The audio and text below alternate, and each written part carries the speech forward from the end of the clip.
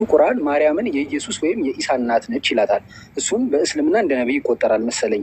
እናም ጥያቄ አንድ ኢየሱስ እናንተ ጋር ነብይ፣ እኛ ጋር ፈጣሪ እንዴት ሊሆን ቻለ የሚል ነው። የመጨረሻ እና ከዚሁ በተያያዘ ደግሞ ኢየሱስን በእስልምና መወለድ ሳነብ ኢንተርኔት ላይ እንደ ተአምር ይቆጠራል፣ ማርያምን በዚህ ተአምር ውስጥ ቁልፍ ሚና አላት ይላል። ይህ ተአምርና ሚና የተባለው የእናታችን ማርያም ኢየሱስን በድንግልናና በመውለድ ችሎቷ ብቻ ነው ወይስ በኢየሱስ መወለድ የቅዱሱ አላህ ፍቃርና ጠቢብነትን ማሳያ ስለሆነ ነው ወይስ ሌላ መልእክት አለው የሚል ነው። በጣም ጥሩ። አዎ ድንግል ማርያም በድንግልናዋ ማንም ወንድ ሳይነካት፣ ልብ በሉ ሳይገናኛት ብቻ አይደለም፣ አንድ ባዕድ ወንድ እንኳን እንዲህ አድርጎ ነክቷት የማታውቅ እንደሆነች ተነግሯል በቁርአን ላይ። ወለም የምሰስኒ በሸር አለች፣ ወንድ ያልነካኝ ስሆን የምትለውን ቃሏን አላህ አረጋግጦ አስፍሮላታል። ማንም ወንድ አልነካትም። በዚህ ማንም ወንድ ሳይነካት በድንግልናዋ ሳለች አምላክ አላህ ስብሐነሁ ወተዓላ ተአምራዊ በሆነ መንገድ ያለ ወንድ ግንኙነት ከእርሷ ልጅን ፈጥሯል። ገብቷችኋል አይደል? ይሄንን ምክንያቱንም ጠይቃ ነበር። ለምንድን ነው የሚለውን መልአኩ ገብርኤል መጥቶ ይህን በነገራት ጊዜ ጠየቀችው። ወሊነጅዐለሁ አያ፣ አምላክሽ አላህ ይህን ከአንቺ የማደርገው ተአምርን ላደርግ ዘንድ ነው ብሎሻል። ተአምር ማለት እስከዛሬ ሲደረጉ ከነበሩ ነገራቶች ወጣ ያለ በተለምዶ የማይታወቅ ያንን ጥሶ የመጣ ማለት ነው። ከዚህ በፊት ያለ ወንድ ከሴት ብቻ የተፈጠራለው የለም ነበር ከእርሷ በፊት። ገብቷችኋል አይደለ? ነገር ግን ከእርሷ ይሄን ነገር አምላክ አላህ ሱብሓነሁ ወተዓላ በማድረግ ለካ አምላክ ያለ ወንድ ግንኙነት ከሴትም መፍጠር ይችላል ማለት ነው የሚለውን የአምላክ ኃይል ሙሉ እንደሆነ ሰዎች ይረዱ ዘንድ ለማድረግ ያደረገው ጥበቡ ነው። መልአኩ ገብርኤልን ጠይቃ እሷ ይሄንን ብሏታል። ወሊነጅዐለሁ አያ፣ ተአምረኛነቱ ከሁለቱም በኩል ነው። የተአምሩ ባለቤት ማን ነው? ይሄን ነው እንድታስተውል የምፈልገው። ያ አንዱ አምላክ ነው። የመሲሁም አይደለም የማርያምም አይደለም። የእነርሱ አስተዋጽኦ አለበት ወይ የለበትም? አድራጊው ሁሉን ነገር ሰሪው ያ እርሱ ነው። ገብታችኋል አይደለ? ሁለቱንም ግን ተአምር አደረጋቸው አምላክ አላህ ሱብሓነሁ ወተዓላ። ሁለቱም ተአምር እንደሆነ ይገልጻል። ተአምር እንደሆነ አላህ ሱብሓነሁ ወተዓላ ይገልጻል። እሱም አንጻር ተአምር ነው፣ ከሷም አንጻር ተአምር ነው። ወለቲ አሕሰነት ፈርጀሃ ፈነፈኽና ፊሃ ሚን ሩሒና ወጀዐልናሃ ወብነሃ አየተን ሊልዓለሚን ይላል። እርሷንም ልጇንም ለዓለማት ድንቅ ተአምር አደረግኳቸው ይላል አላህ። እርሷንም ልጇንም ተአምር አደረግኳቸው። የእርሷም ተአምር ነው ያለ ወንድ ማንም ወንድ ሳይገናኛት የወለደች ሴት ያቻትና ተብላ ትገለጻለች አይደለ? ተአምር ነች። እርሱም ተአምር ነው ያለ አባት ከእናት ብቻ የተፈጠረ የተገኘ በማለት ይሄም ለእርሱም ተአምር ነው። ገብታችኋል አይደለ? አምላክ በእነርሱ ላይ ድንቅ ስራውን ተአምሩን አሳይቷል። አዎ ተአምር ናቸው። ገብታችኋል አይደል? የዚህ ግን ባለቤቱ ማን ነው? ያ አንዱ አምላክ። ያንን አንዱን አምላክ ነው ልንደነቅበት የሚገባው። ያንን አንዱን አምላክ ነው በዚህ ነገር ላይ ልንገረምበት የሚገባው። ገብታችኋል አይደለ? ያ ነው። ስለዚህ ክርስቶስ ለምንድን ነው ታዲያ ከተወለደስ በኋላ ወይ ከተፈጠረ በኋላ ምን ለመሆን ነው የሚለውንም ማርያም ጠይቃ ተመልሶላታል። ወራህመተን ሚና አላት። ቀጥሎ መልአኩ ገብርኤል ምን አላት? አምላክሽ አላህ ተአምር ላደርገውና ልክ እንዲሁ ደግሞ ከእኔ የሆነ እዝነት ሲሆን አለ። ለማን? ለእስራኤል ሰዎች። ነቢዩ ሙሐመድን ሰለላሁ ዐለይሂ ወሰለም ከእኔ የሆነ እዝነት ናቸው ለዓለም ሰዎች ብሎ ይገልጻቸዋል። ነቢያቶች የአምላክ እዝነት ናቸው ለሰው ልጆች። አምላክ ሲያዝን ጊዜ ለሰዎች ከራሱ ጋር ሊያስተዋውቃቸው፣ ሊያስታርቃቸው፣ ሊመልሳቸው ሲፈልግ ነቢያትን ያስነሳና ይልካል። ያ ነቢይ ስለ አምላክ ማንነት ሲናገር እነዚያ ሰዎች ሲያውቁና አምላክን ሲገዙ ሲያውቁ ጊዜ ዛኔ ከእርሱ ጋር ህብረትን ይፈጥራሉ ማለት ነው። ገብታችኋል አይደለ?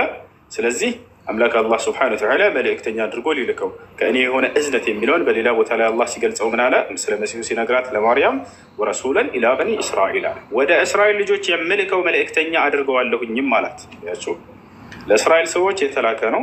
ለእስራኤል ሰዎች በቃ እንደ አርአያ ተደርጎ የተመረጠ ነው። አምላክ አላህ ስብሐነሁ ወተዓላ ይህን ሌላ ቦታ ላይ በሱረቱ ዙኽሩፍ ላይ ሲናገር ምን ይላል? ኢን ሁወ ኢላ ዓብዱን አንዐምና ዐለይሂ ወጀዐልናሁ መሰለን ሊበኒ እስራኤል ይላል። እርሱ የማርያም ልጅ ጸጋዬን ከዋልኩባቸው መልእክተኞቼ መካከል ነው፣ አገልጋዮቼ መካከል ነው ካለ በኋላ ለእስራኤል ልጆችም ተምሳሌት አድርጌዋለሁ ይላል። እርሱ አው በጊዜው ለነበሩ ለእስራኤል ሰዎች መልእክተኛ ነበር፣ ተምሳሌት ነበር፣ ነቢይ ነበር።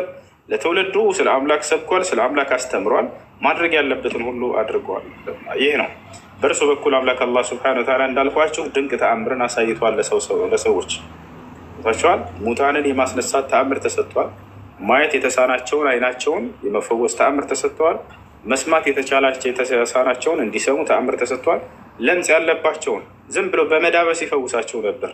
ቢስሚላህ በአላህ ስም ብሎ ይፈውሳቸዋል። ወዲያውም አይናቸው እያየ ይፈወሳሉ። መሲሁ ከደጋግ መልእክተኞች ነቢያቶች መካከል ነበር።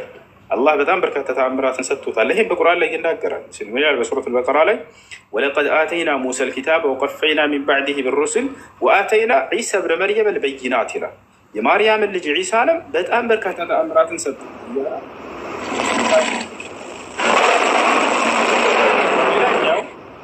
ሌላኛው ምንድን ነው? መሲሁ ዒሳ ዓለይሂ ሰላም የሚደንቅ ተአምራቶችን ካደረጋቸው መካከል ያኒ ከማ ዩርዋ ዛሊክ ይህ እንደተዘገበው መሲሁ ከዕለታት አንድ ቀን ከእስራኤል ወጣ ብሎ መሄድን አሰበ። ለመሆኑ ይሄ መሲሁ ያለበት መንገድ እውነት ነው ወይንስ ሐሰት ነው የሚለውን ለማረጋገጥ አንድ ሰው አብሮት ልከተልህ የምትሄድበት ቦታ ነው። ልከተልህ አለው። መሲሁ እሺ ተከተለኝ አለው። እሺ ተከተለኝ አለው። በጉዟችን ላይ ጉዞ ሊያደርጉ ነው። ስንቅ መያዝ አለባቸው እና ስንቅ እንያዝ አሉ። መሲሁ ዒሳ ዓለይሂ ሰላም አንድ ዳቦ ወይንም አንዲት ቂጣ ይይዛል። ያኛው ደግሞ ሁለት አመጣ። በቃ ስምምነት አደረጉ። በጉዟችን ላይ እነዚህን ሶስቶቹን እንበላቸዋለን ሂደን እስክምንመለስ ድረስ አንተ ያዛለው እና መሲሁ ለዚህ ሰውዬ ሰጠው። አብሮት መጓዝ ጀመረ። እየሄዱ እያለ የሆነ ቦታ ላይ ሰውየው ይህን አንዱን ቂጣ ተደብቆ ይበላና ሁለት ብቻ ያስቀራል። ቦታቸው አላረ አሁን ወሬው ስለ ቂጣ አይደለም፣ ትልቅ ጥበብ ሊያስተምረው ነው መሲሁ። በዚህ ላይ ትልቅ ተአምር፣ ድንቅና ተአምር ሊያደርግ ነው። ያን ተከታተሉ። በላና ደበቀ። አንደኛው በቃ ሁለት ብቻ ያዘ ሰውየው፣ አንደኛውን በላ። ልክ እየሄዱ እያለ መሲሁ ልክ ያውጣና እንብላ ሲለው ጊዜ ሁለት ቂጣዎችን አወጣ። መሲሁ ጠየቀው ሰውየውን፣ አንደኛው ቂጣ የት ሄዳ ነው? አይ እኔ አላውቅም አለ። ንገረኝ፣ የት ነው ያደረግከው? የለም በቃ እኔ አላውቅም ብሎ ካደ። አንከረ ዛሊክ አስተባበለ፣ ካደ። ከዚያ አሻለው እና ጉዟቸውን ቀጠሉ መሲሁ ጋር።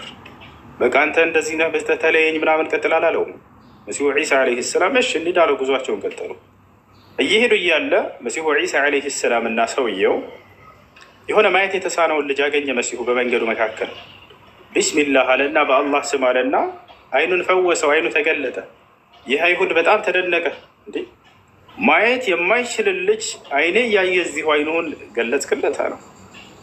ምንኛ የሚደንቅ ተአምርና ስራ ነው ብሎ ተናገረ። መሲሁ ምን አለው? የዚህን ልጅ አይን በመለሰ በአምላኬ በአላህ ስም ጠይቀሃለሁኝ ያችን ቂጣ ማን የበላት አለው። ቻል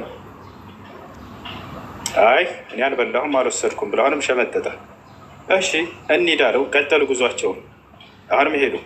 እየሄዱ እያለ ባህር አጋጠማቸው፣ ትልቁ መሲሁ ዒሳ ዓለይሂ ሰላም ጋር ሰውየው አብረው ናቸው። ይህን ባህር እንዴት ልናልፍ ነው አንተ መሲሁ አለው። ሰውየው ምን አለ? ማነው ዒሳ ዓለይሂ ሰላም ምን አሉት? እኔ በአላህ ስም ወይንም ቢስሚላህ ብዬ ውሃውን እረግጣለሁኝ እርሱም መሬት ይሆንልናል አለው። ገና ነገረው ወደፊት የሚሆነው። ይህንም ተአምር አድርጓል መሲሁ። በባህር ላይ የመሄድን ተአምር ተሰጥቶ ነበረ። ከዚያ ሰውየውን ቢስሚላህ ብለህ ከእኔ ጋር ውጣ አለው። አብሮት ወጣ። መንገድ ሆነላቸው። በቃ ደረቀ፣ እንዲጓዙ ሆኑ። ልክ ባህሩን ካለፈ በኋላ ሰውየው በጣም ተደነቀ። ይሄ ባህር የነበረን መንገድ እንዲሆን ያደረገ ምን አይነት ተአምር ብትሰጥ ነው አለ።